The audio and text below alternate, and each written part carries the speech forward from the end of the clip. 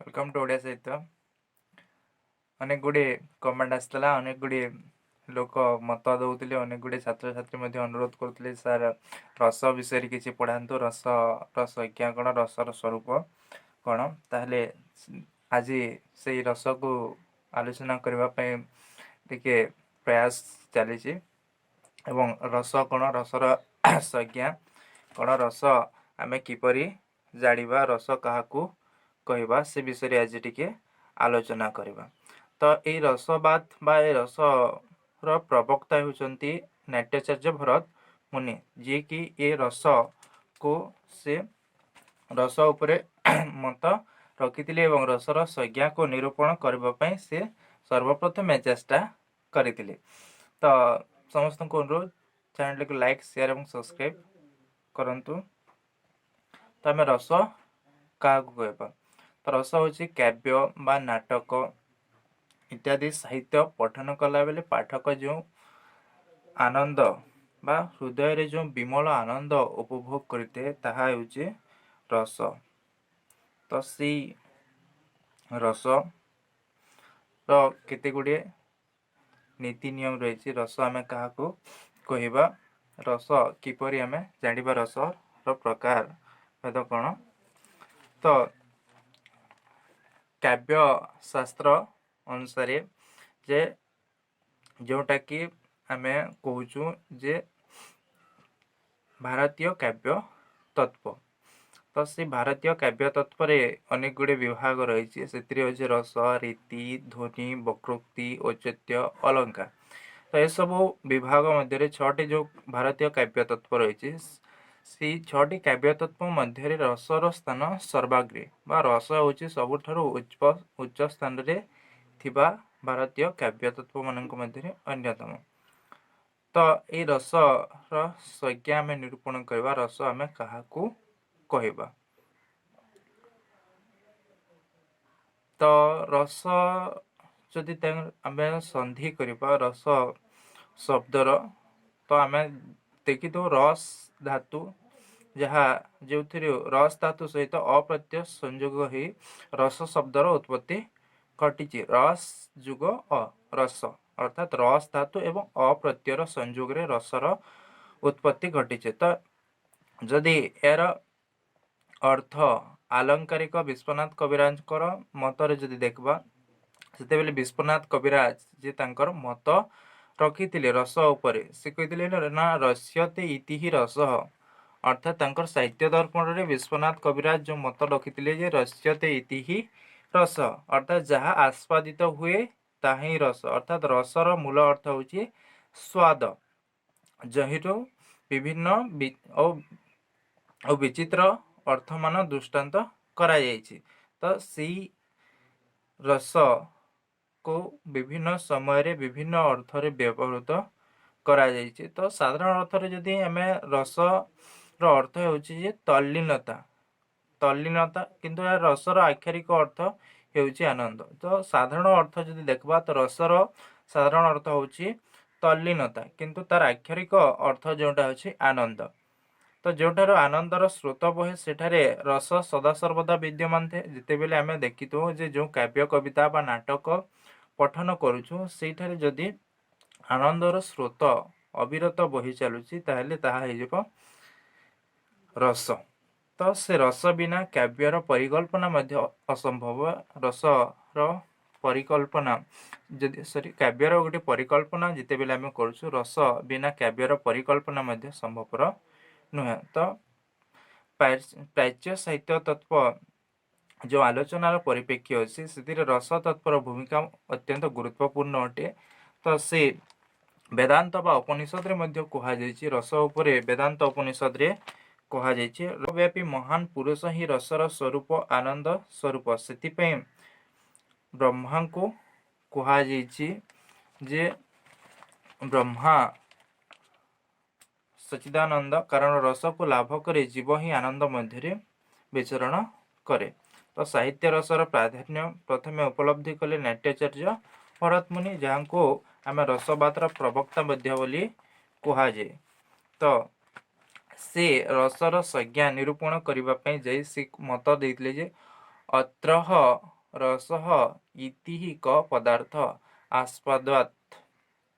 ଆସ୍ପଦ୍ୟତ ତତ୍। ତ ଅର୍ଥାତ୍ ତାଙ୍କର ନାଟ୍ୟ ଶାସ୍ତ୍ରରେ ସେ ରସର ଉପରେ ଯେଉଁ ସଂଜ୍ଞାଟି ନିରୂପଣ କରିଥିଲେ ତାର ଆକ୍ଷରିକ ଅର୍ଥ ଯଦି ଆମେ ଦେଖିବା ଯେ ରସ କାହାକୁ କୁହାଯାଏ, ଯାହା ଆସ୍ୱାଦିତ ହୁଏ। ସେ କହୁଛନ୍ତି ନା ରସ କାହାକୁ କୁହାଯାଏ ନା ଯାହା ଆସ୍ୱାଦିତ ହୁଏ ତାହା ହିଁ ରସ।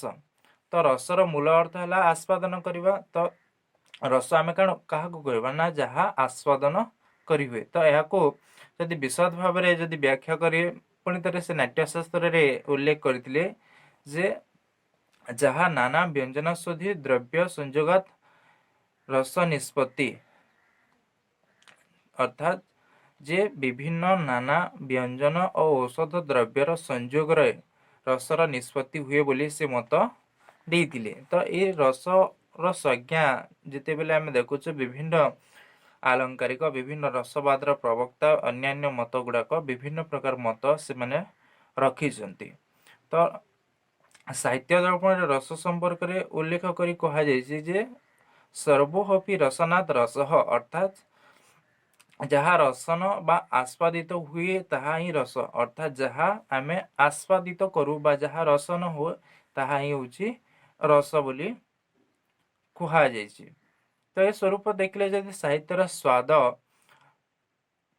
ଆସ୍ୱାଦନର ନାମ ମାତ୍ର ହିଁ ହେଉଛି ରସ, ଅର୍ଥାତ୍ ସାହିତ୍ୟର ଯେଉଁ ସ୍ୱାଦ ଆସ୍ୱାଦନର ନାମ ମାତ୍ର ହିଁ ହେଉଛି ରସ। ରସର ସଂଜ୍ଞା ସମ୍ପର୍କରେ ସାହିତ୍ୟ ଦର୍ପଣ ରଚୟିତା ଯେତେବେଳେ ତାଙ୍କର ମତ ରଖିଥିଲେ ସେ ସେହି ସମୟରେ କହିଥିଲେ ଯେ ବାକ୍ୟମ୍ ରସାତ୍ମକମ୍ କାବ୍ୟମ୍, ଅର୍ଥାତ୍ ସେ ସାହିତ୍ୟ ଦର୍ପଣରେ ସାହିତ୍ୟ ଦର୍ପଣର ପ୍ରଣେତା ରସର ସମ୍ପର୍କରେ ସେ ମତ ରଖିଥିଲେ ଯେ ବାକ୍ୟମ୍ ରସାତ୍ମକମ୍ କାବ୍ୟମ୍।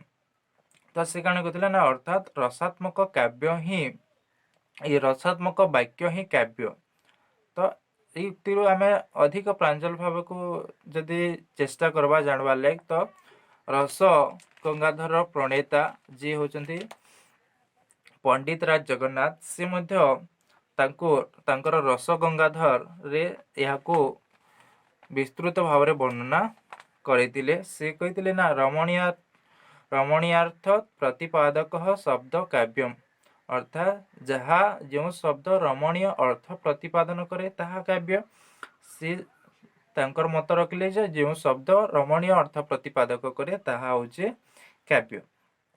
ତ ଆମେ ଅଲଙ୍କାର ତରଙ୍ଗିଣୀ ଗ୍ରନ୍ଥରେ ମଧ୍ୟ କୁଲମଣି ଦାସ ରସ ସମ୍ବନ୍ଧରେ ଏକ ସୁନ୍ଦର ମତ ଉପସ୍ଥାପନ କରିଥିଲେ। ତ ଏ ରସର ଯେଉଁ ସଂଜ୍ଞା ଅଛି ବିଭିନ୍ନ ସମୟରେ ବିଭିନ୍ନ ରସବାଦୀ ମାନେ ତାର ବିଭିନ୍ନ ରୂପରେ ତାକୁ ଅଲଗା ଅଲଗା ଭାବରେ ସେ ଜାଗାରେ ଉପସ୍ଥାପନ କରିଛନ୍ତି। ଭିନ୍ନ ଭିନ୍ନ ମତ ସେ ଜାଗାରେ ଦେଇଛନ୍ତି ରସ କାହାକୁ କୁହାଯାଏ, ରସର ଯେଉଁ ସଂଜ୍ଞା ରହିଛି। ତ ଆମେ ଯଦି ଅଲଙ୍କାର ତରଙ୍ଗିଣୀ କଥା ଦେଖିବା ତ ସେଠାରେ ଯେଉଁ ରସର ସମ୍ପର୍କରେ ଗୋଟେ ସଂଜ୍ଞା ଯୋଉଟା ଦିଆଯାଇଥିଲା, କୌଣସି ରଚନାର ଶ୍ରବଣରେ ବା ପଠନରେ ମନରେ ଯେଉଁ ସ୍ଥିରତାର ଅପୂର୍ବ ଆହ୍ଲାଦର ଉଦୟ ହୁଏ ତାହାକୁ ରସ ବୋଲି କୁହାଯାଏ।